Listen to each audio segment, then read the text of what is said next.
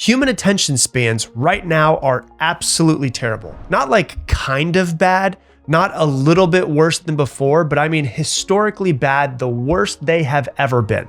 And most people in this world can't read for 10 minutes without having to check their phone. They can't watch a movie without multitasking. They can't sit in silence without feeling uncomfortable. They can't even go to the bathroom without having to bring their phone with them. And so let me say this really clearly. This isn't like a personal failure or a shot at yourself. This is a neurological consequence of the world that we currently live in.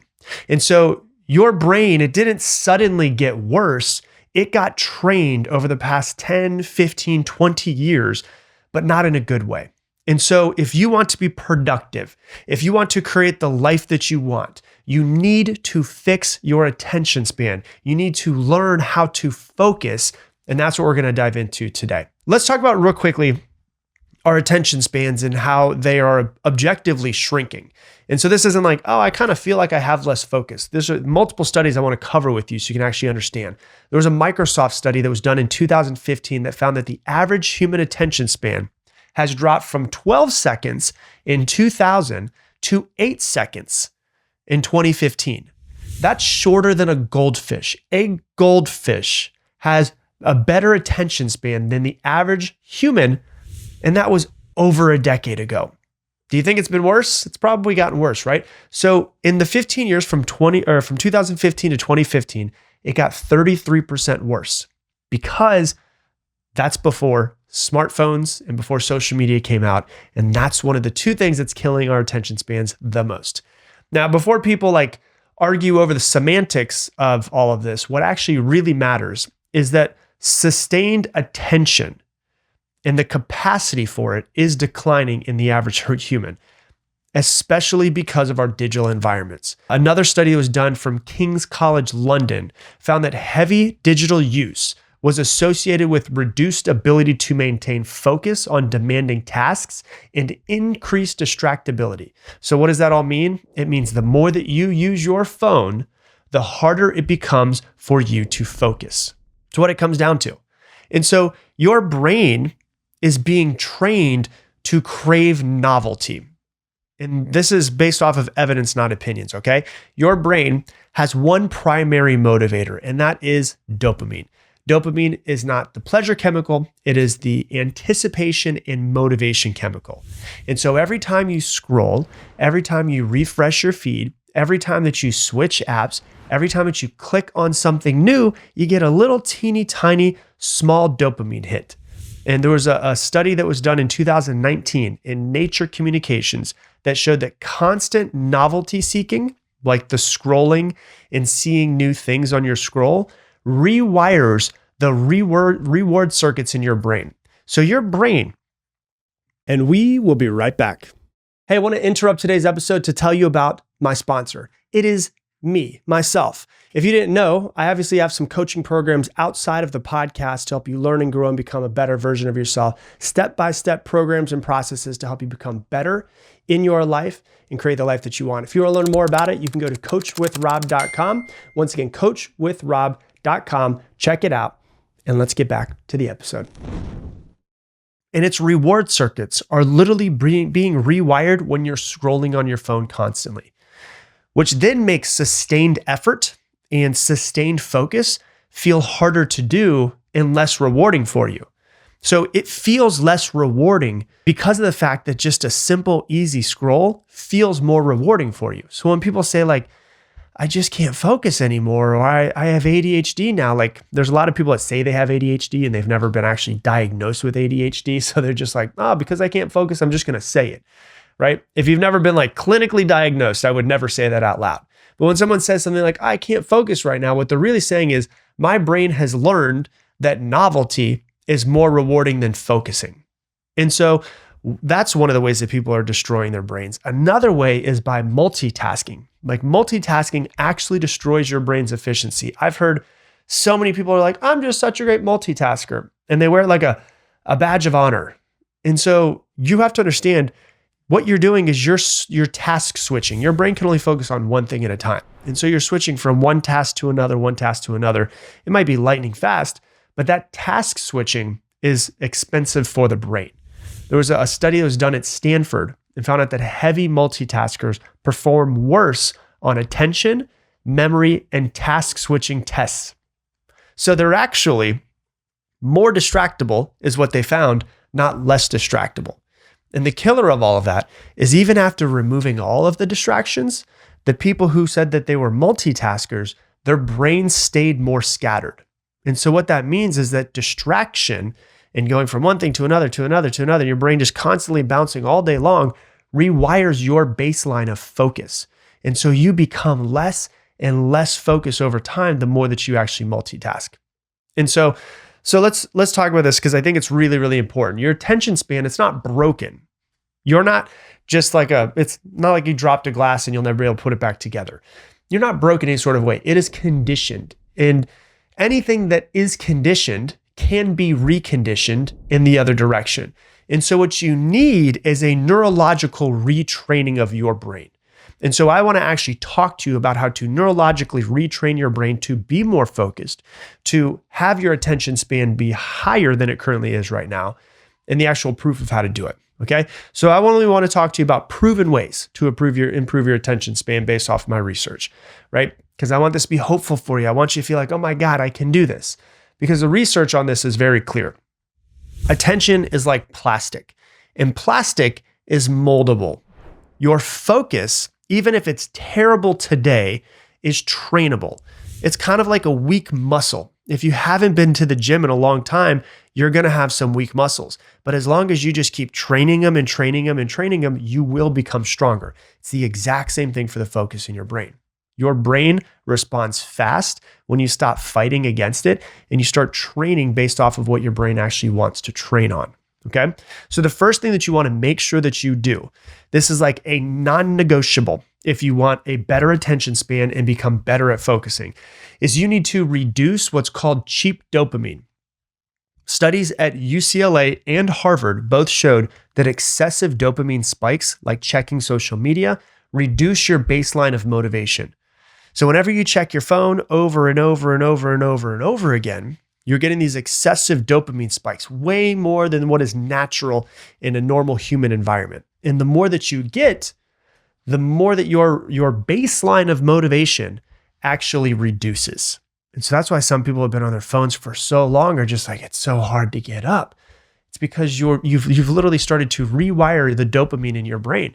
And so excessive dopamine spikes reduce your baseline motivation. The more time that you spend on your phone, the less motivation you will have, right? So it will make normal, small, rewarding things feel boring for you. And this is why like little tiny easy things that should feel rewarding feel hard, like sitting down and reading. That should feel motivating and rewarding for people when their brains are normal. But it's like, even reading is so hard. Work, which once you complete something or you're progressing towards something, should feel motivating. It should give you dopamine. But it's harder to work for something when I can just check my phone and immediately get dopamine. That's why sitting in silence for so many people feels uncomfortable for them. Like sitting still can feel intolerable for some people, right? And so here's what you want to do. The first thing I would recommend, and you've probably heard me say this many times in this podcast, is delay checking your phone for at least 60 minutes after waking up. At least 60 minutes. Like give yourself a moment, 60 moments, to just be and allow your brain to do what it needs to do and work how it needs to work in the morning before you just bombard it with dopamine and information and fear from the news and all of that type of stuff. Okay, so that's the first thing that you want to do. Second thing, stop consuming short form content as much as you possibly can. And what I mean by short form content, Instagram Reels, TikTok, YouTube Shorts. Like the short form content is actually not good for your brain when you're doing it over and over and over again. So stop consuming short form content as much as you possibly can, especially before deep work where you're trying to sit down and focus for 45 minutes, an hour, 2 hours. Another thing to do is create what's called dopamine gaps, where your brain isn't constantly being rewarded. It's not punishment. It's just you trying to get your brain back to baseline. right? It's dopamine normalization is basically what it is. It's allowing your dopamine baseline to reset to a healthy, normal level, okay? Next thing that you want to do is practice boredom. Yes, like on purpose. Actually practice boredom as if you're trying to practice pickleball and get better at it. Practice trying to get better at being bored, because this part will really mess people up and they think something's wrong with it. A study that was done at the University of Central Lancashire found that boredom activates the brain's central default mode network, which is really critical for focus. So the more that you're bored, the better you become at focusing. It's better for focus. It's better for creativity. It's also better for your emotional regulation. You know, somebody who's like just off the hinges with their emotions nowadays, but they're always on their phone. Well, now you figured out why. So in other words, boredom is basically where your attention span heals and gets better.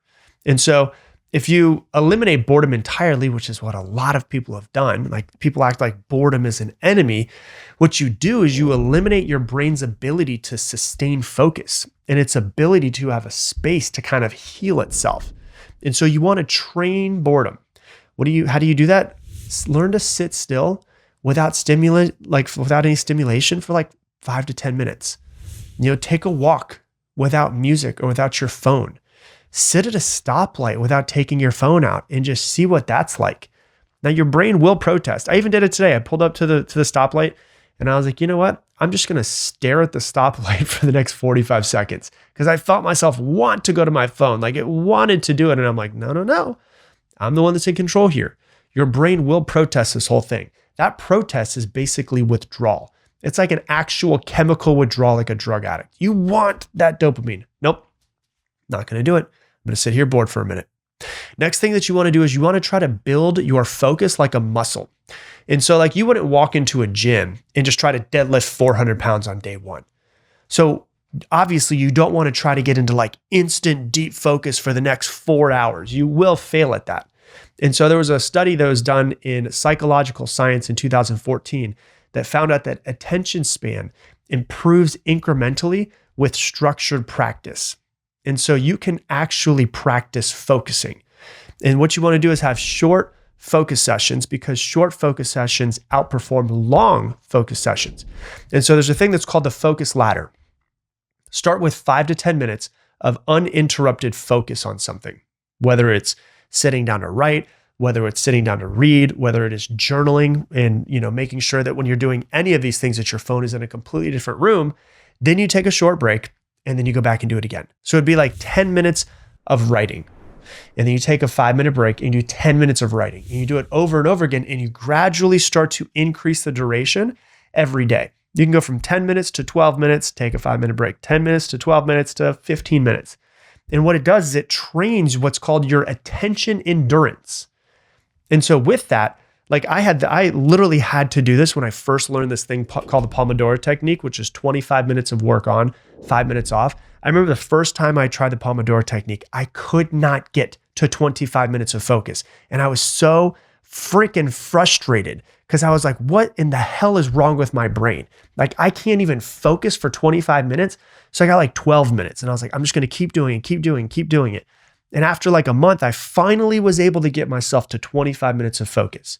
And then I got to 25 minutes and it started becoming easier over the next couple of months. And so I was like, well, if I'm still really focused at 25 minutes, what if I go to 30 minutes? So I did that for about a month or two. And then I went to 35 minutes and then 40 minutes and then 45 minutes. And now for me, it's instead of 25 minutes on, 5 minutes off, I wrote about this in my book. It's 45 minutes on, 15 minutes off. And that's the Pomodoro technique. I call it Pomodoro Plus, where I got it from, I can't even get to 25 minutes to now it's 45 minutes on, 15 minutes off. And it shows you, like I can tell you anecdotally, I was able to improve my attention span by doing this, okay? Another thing that really helps you as you're trying to do this and make your focus better is do single tasking. Single tasking actually starts to rewire the brain. There was a study that was done at the University of Sussex where they did MRI scans and they found out that chronic multitaskers, people that are here and they're here and they're here, they're doing 25 things at once, had reduced gray matter density in their brain, the areas that are responsible for cognitive control and emotional regulation. So clearly that's showing you that being all over the place and scattered It's not good for your brain. It's not just about like productivity. It's also about like brain structure. Like think about the health of your brain. You want to sit down and have one task and one screen and one intention and one pen and one piece of paper, whatever it is that you need to do, and just be focused on one thing. Your brain gets better at focusing when you make it focus on only one task. Another thing that will help you with your attention span is meditation. People think like meditation, oh, I don't want to do meditation because it's not productive. It will make you more productive. It will make you more focused. So people think like, oh, I'm just relaxing. No, you can actually use meditation to use it like a mental rep to make your brain stronger. Harvard study was done, found that in just 8 weeks of mindfulness meditation, humans were able to increase the gray matter in their prefrontal cortex, and that improved their sustained attention. So meditation isn't just about like clearing the mind and floating off into wherever you want to float off into. You could do that if you want. But what it's about is it is about noticing when you're getting distracted and then not reacting to it and going back to whatever you're focusing on. You're focusing on something, you get distracted, you get back. You are focusing on something, you get distracted, you bring it back.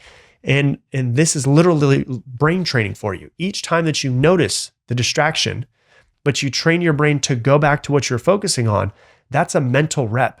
And that mental rep actually builds your focus. And so what I want you to actually start to focus on and get really good at is protecting your attention like it's your life is on the line. Because your attention determines what you learn, it determines what you remember, it determines your value, it determines what you become, it determines how productive you are, it determines, we all have 24 hours in a day. What matters is how productive you are with the time that you sit down to actually get something done. Your brain believes whatever you give it attention, like whatever you give attention to it, must be important. So if your attention is scattered, you will feel scattered. Train your brain on what's important. Sitting down, focusing, one task, being laser focused, and then expanding your focus every single time that you sit down to get a little bit longer and a little bit longer. Because you don't fix your attention span by hardcore forcing yourself to do something. You do it by reducing your overstimulation, by reducing your screen time, by reintroducing boredom, by training your focus and training on trying to get the depth of your focus to become better. So you have to understand your attention span might be really weak at this point, but it's probably also overstimulated and undertrained. And the moment that you stop fighting your brain, you start working with it, and you start trying to become more focused and trying to expand your attention span will come back. Your focus will come back. You will become more clear. You'll feel less scattered. You'll feel less anxious. And your mind will feel finally to a point of calm and focus that you may have never felt in your entire life. Hey, thanks so much for watching this video. Based off of what you've been watching recently, YouTube has gone through your algorithm and pulled up this video, and it thinks that this is the one that's going to interest you the most. So click that one. And if you want to make sure to never miss another video, click that subscribe button right there, and I'll see you on the next episode.